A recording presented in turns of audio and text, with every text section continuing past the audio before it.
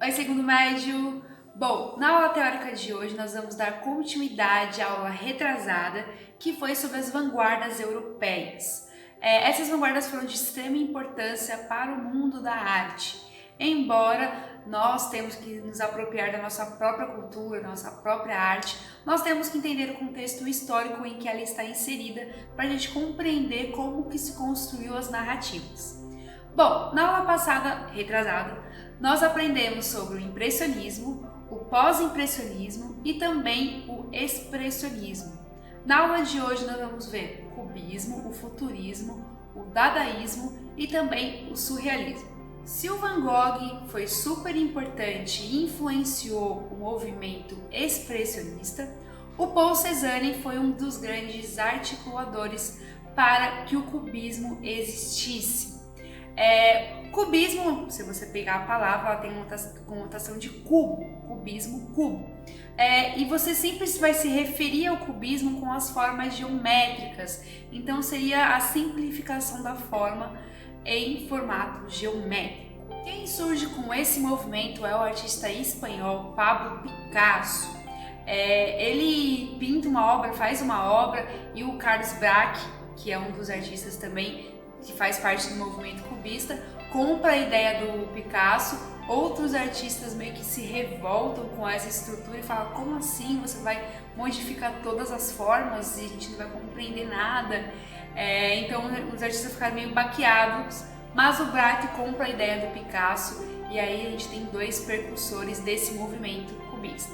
Então vamos às características desse movimento. A primeira é conotação zero com a realidade. Então ele não vai querer apresentar o que é real para você. Ele não quer representar a realidade. Ele quer mudar a forma, simplificar a forma. Simplificar é deixar mais objetivo o que ele quer dizer. Ele tem uma mensagem, lógico que tem, mas não significa que essa mensagem seja sobre algo real. A ausência de perspectiva. Ao invés de a gente ter aquele olhar direcionado, como a gente observa mesmo 3D, ele cria uma grande ruptura com essa linguagem visual e cria todas as dimensões, todos os lados em um só ângulo. O cubismo tem duas fases. A primeira é a fase cubista e a segunda é a fase sintética. Já na fase cubista, ele tinha um tema percursor, então parece que remete a uma pintura abstrata, mas não tem nada de abstrato. Ele tem um tema recorrente. Análise de um tema e também retratar o espaço. Então, além de um tema percursor, ele quer mostrar o todo sobre aquele personagem, ou aquela história, ou aquela estrutura. Dois aspectos importantes também dessa fase. A primeira são os temas cotidianos, então eles vão retratar coisas que acontecem corriqueiramente, e também inserção de palavras. Então teve uma hora que ficou tão simplificado que as pessoas não conseguiam entender, então eles desenhavam e escreviam o que simbolizava aquela figura. A outra também é as várias faces de uma mesma moeda, digamos assim. Então, se eu vou desenhar, não sei, uma bala, então eu vou representar essa bala de todos os lados, numa mesma face. Na segunda fase, apesar de utilizar todas essas linguagens que já falamos, eles inserem a colagem, então é uma grande modificação na arte. Veja, nós tínhamos música, pintura, literatura, escultura. Então, a partir desse ponto, eles criam um novo método de linguagem. Então, eles inserem um outro atributo à pintura. Então, agora eu não tenho só tinta, agora eu tenho papel na minha tela. Então, vamos conhecer as principais obras dos pintores cubistas. Obras importantes do Pablo Picasso.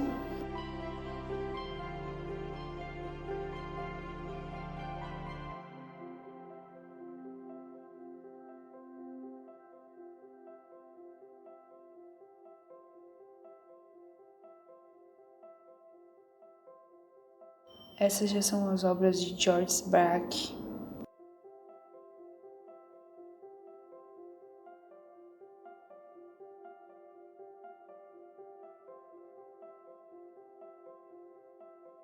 Futurismo, um grande movimento controverso na história da arte, mas foi uma grande vanguarda para aquele período.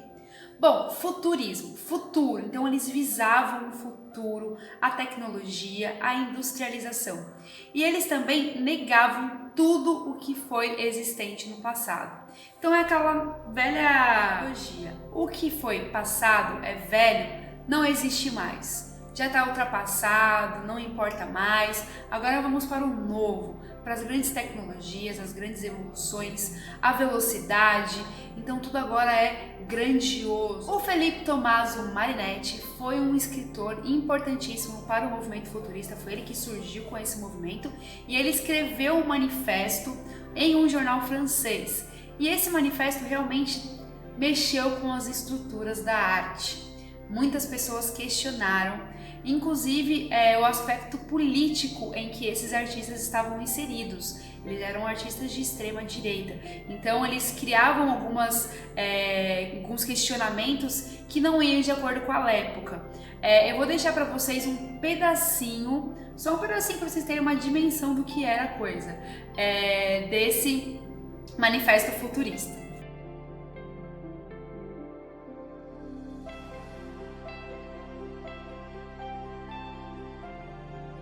Bom, outro fator importante era o nacionalismo, então eles se importavam com aquela sociedade. Mas isso é meio controverso. Se você é um artista nacionalista, você tem que dar valor aos seus antepassados. Mas isso é um assunto para uma outra ocasião.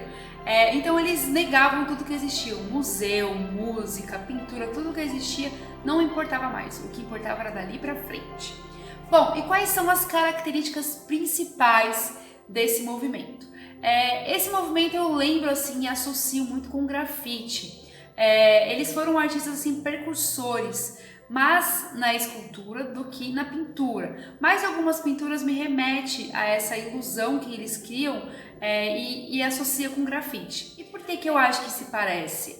Eu sinto uma relação na questão da letra, da velocidade que eles imprimiam nessas pinturas. Então o dinamismo, as cores, o colorido é muito trabalhado no futurismo. Então era uma pintura muito dinâmica, ela trazia esse jogo de luzes, de cores e também eram geométricas, então lembrava muito filmes científicos. O legal também desse movimento são as esculturas parecem meio que uns ciborgues, parecem umas coisas além do tempo. Lembrando que a gente está falando lá do período do século XIX, então esses artistas eles realmente pensavam à frente do seu tempo. Bom, um artista importante é Umberto Bassioni, que foi um pintor também e um escultor super importante para esse período. Então vamos conhecer algumas obras desse artista.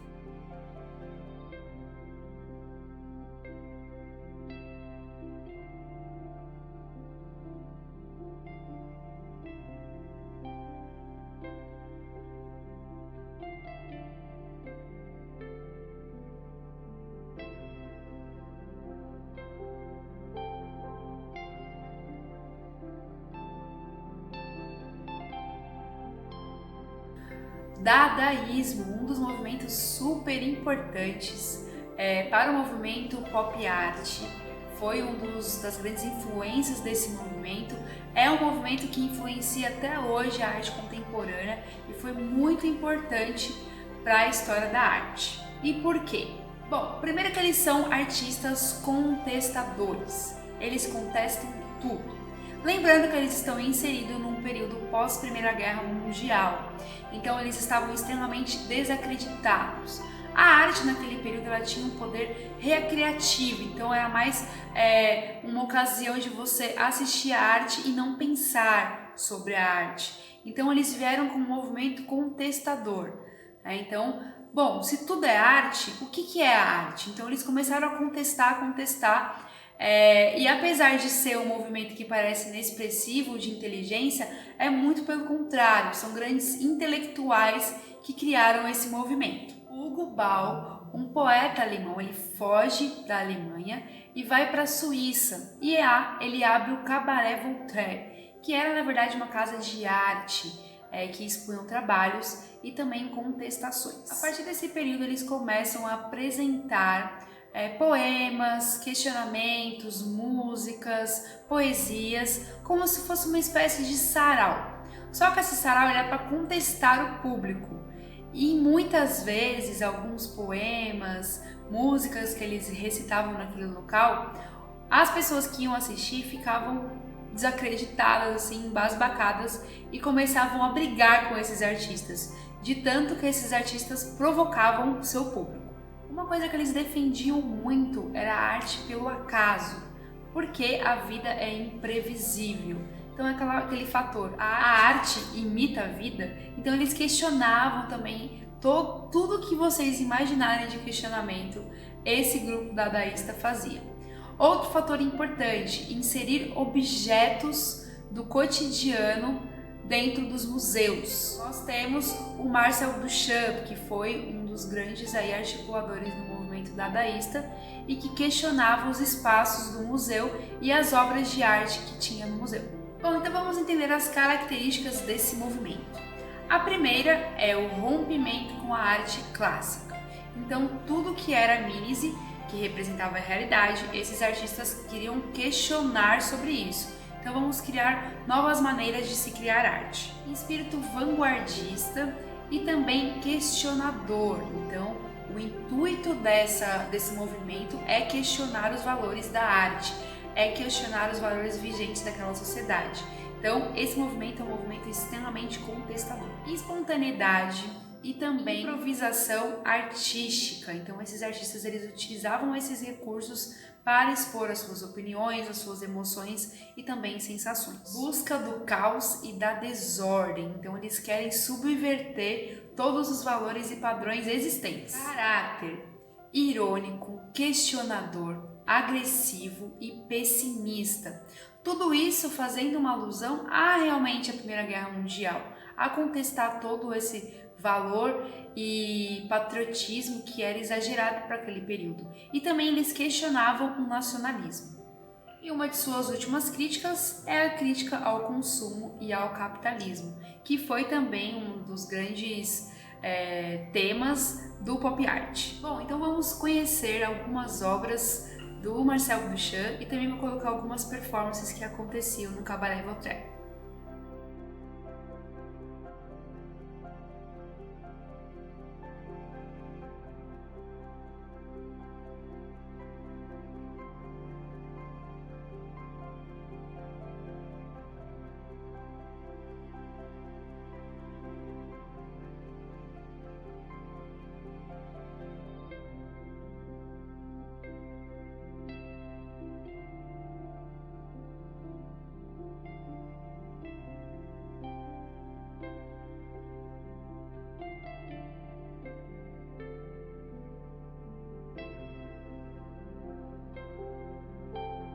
E o último e não menos importante, o surrealismo. O André Breton fazia parte do movimento dadaísta, mas ele começou a se aprofundar mais na teoria freudiana, na teoria da psicanálise. E a partir desse ponto ele começa a emergir nessa história toda e começa a se ter muito repertório sobre isso. Então ele quer colocar todo esse conteúdo na arte. Já no ano de 1924, ele cria o seu primeiro manifesto surrealista e passa aí a inaugurar esse movimento artístico. Então, depois de fundar esse grupo, ele começa a chamar alguns artistas, dentre eles o Miró, o Ernest e um dos principais e mais aclamados, Salvador Dalí. Bom, e quais são as principais características das obras surrealistas? Bom, a primeira é o método de paranoia, então tudo que for relacionado a paranoias e vivências da psicologia, eles vão inserir nessas obras. A segunda é os sonhos, então cada artista que tiver um sonho diferente um do outro vai representar esse sonho através de uma pintura. O pensamento é livre, você pode compor o que você quiser naquela obra.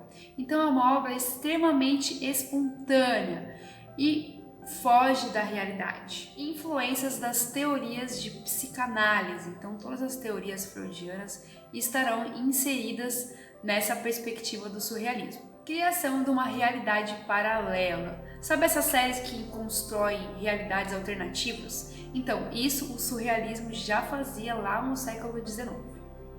E o último e não menos importante, criação de cenas irreais. Então, tudo que não for realidade será representado nesse movimento. Super importante ressaltar que, como fundador desse grupo, André Breton, ele era do movimento dadaísta, então ele traz algumas referências para o movimento surrealista. Então, no movimento surrealista também existem algumas performances, algumas leituras de textos que também incorporam essa linguagem. Bom, então vamos conhecer as principais obras do movimento surrealista. Esses são os manifestos do André Breton em relação ao surrealismo. Obras de Salvador Dalí.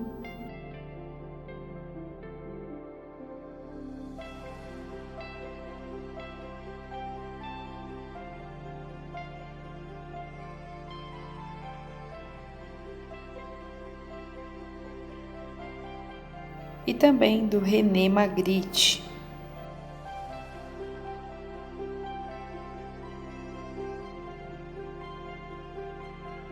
Bom, gente, então ficamos por aqui. Conseguimos fazer aí em 2 aulas, em tempo recorde, quase meia hora falando sobre todas essas vanguardas. Eu fiz uma síntese bem simples para a gente conseguir compreender a arte contemporânea nas próximas aulas. Tudo bem? Bom, se tiverem dúvidas, mandem no e-mail e até a próxima aula.